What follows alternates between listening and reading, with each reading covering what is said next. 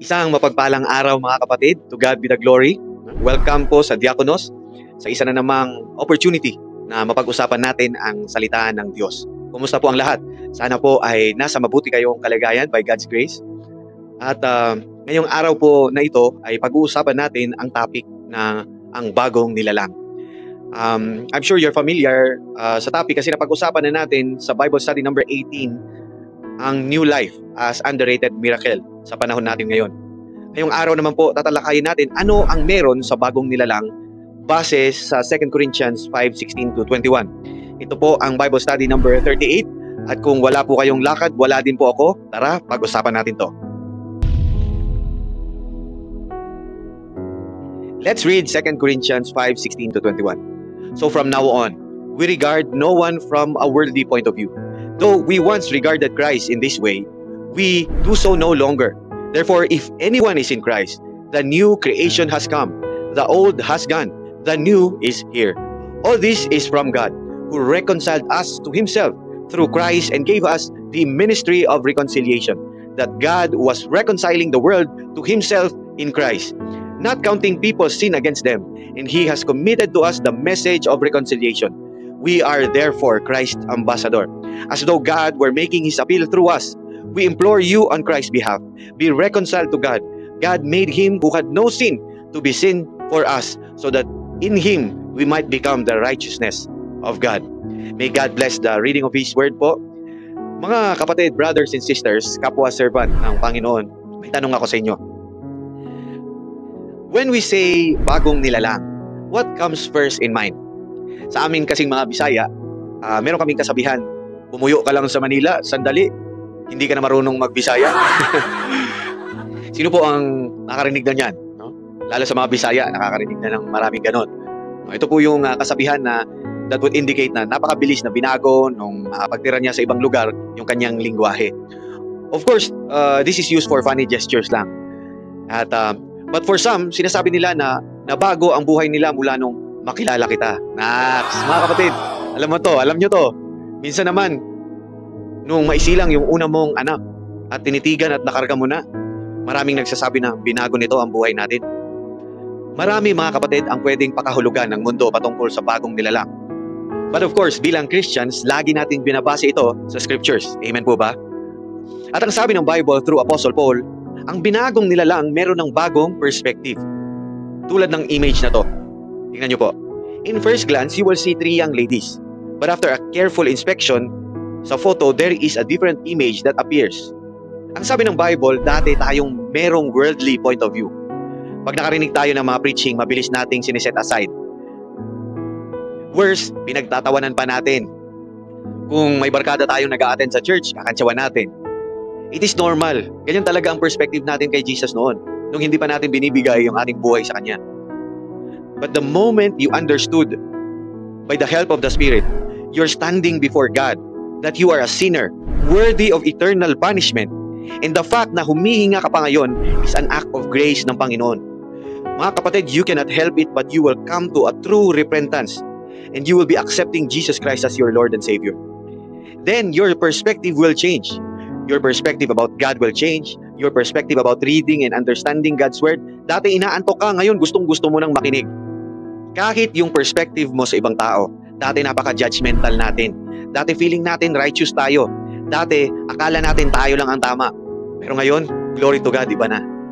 Bakit? Kasi ang sabi ni Paul, therefore if anyone is in Christ, the new creation has come, the old has gone, the new is here. Glory to God po. Number 2, we are now reconciled. May bago na tayong standing sa harap ng Panginoon. Ang sabi ng Romans 5:10, dati tayo'y mga kaaway ng Diyos, ngunit tinanggap na niya tayo bilang mga kaibigan sa pamamagitan ng pagkamatay ng kanyang anak. At dahil dito, tiyak na maliligtas tayo sapagkat si Kristo ay buhay. Alam niyo po mga kapatid, our God is just.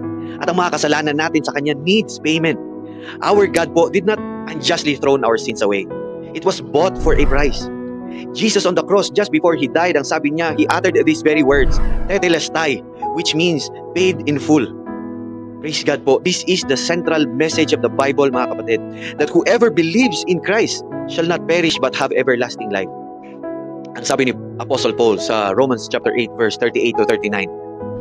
For I am persuaded that neither death, nor life, nor angels, nor principalities, nor power, nor things present, nor things to come, nor height, nor depth, nor any other creature shall be able to separate us from the love of God, which is in Christ Jesus our Lord. Napakasarap ng promise, kapatid. Ito yung tunay na forever. Matapang pa sa kape na kaya kang ipaglaban. No one can separate you from His love. Number 3, ang bagong nilalang may new purpose. Ang sabi ng text natin today sa 2 Corinthians 5:20, we are therefore Christ's ambassador, as though God were making His appeal through us. We implore you in Christ's behalf, be reconciled to God.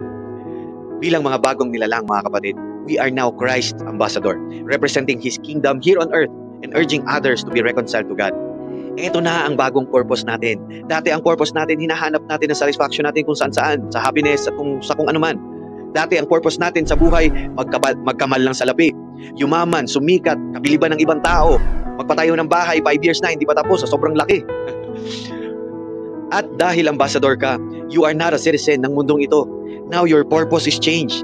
Representative na tayo ng kingdom ng Panginoon dito sa mundo. Hindi mo na hinahangad ang earthly treasure, kundi ang mga heavenly treasures na. Of course, we're gonna need a roof over our head, mga kapatid. Kailangan pa rin natin kumain, magdamit, and these stuff. Pero hindi na ito yung purpose mo ngayon. Dati kailangan kung anong bagong iPhone meron ka. Dati kailangan may LV ka, may Chanel ka. Pero ngayon, ang key performance metric mo ay ang evangelism na. Ang sabi ni Paul, we implore you on Christ's behalf, be reconciled to God. Ganun ang linyahan mo, kapatid. At ang nasa isip mo lagi, how do you share the gospel na? In how I live my life, how I treat others, how I treat my work, is the gospel of God, the good news being pushed forward by how I live my life? Ganun na ang perspective mo, kapatid. Mga kapatid, before I end, just a quick recap. Bilang bagong nilalang, meron ka ng bagong perspective. You are now reconciled, understanding our new position with God through Jesus Christ. Meron ka na ring bagong purpose, living as an ambassador of Christ here on earth and actively participating sa Great Commission. Bilang panghuli, mga kapatid, in Christ, we are offered a fresh start, a complete transformation that redefines our past and empowers our future. Let's embrace, kapatid, ang ating bagong identity. Live it out daily and share the hope of new beginnings with those around you. May God bless you po, mga kapatid, and let's pray.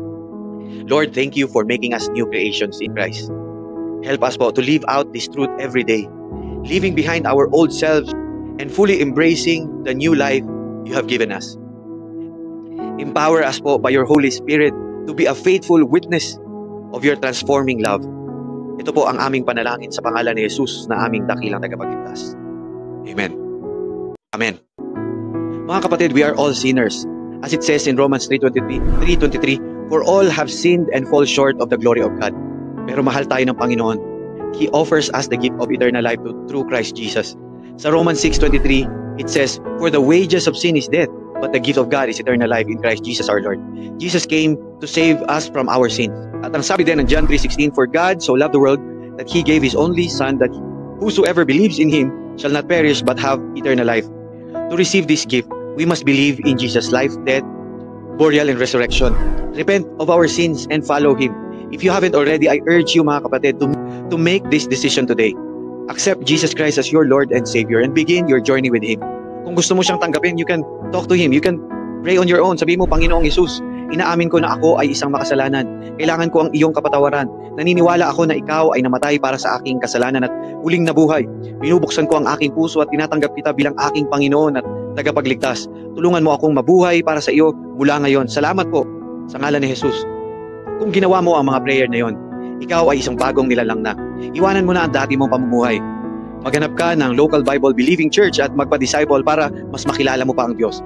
Ayon sa Bible, ang pananampalataya ay dumarating sa pakikinig ng salita ng Diyos. As always, hindi namin hangad ang validation ng mundo. We are only here to share the hope and salvation found in Jesus Christ. Ito po muli ang diakonos, which means servant, at maraming salamat sa inyong pagsama sa amin ngayong araw. To God be the glory. I'll catch you in the next video.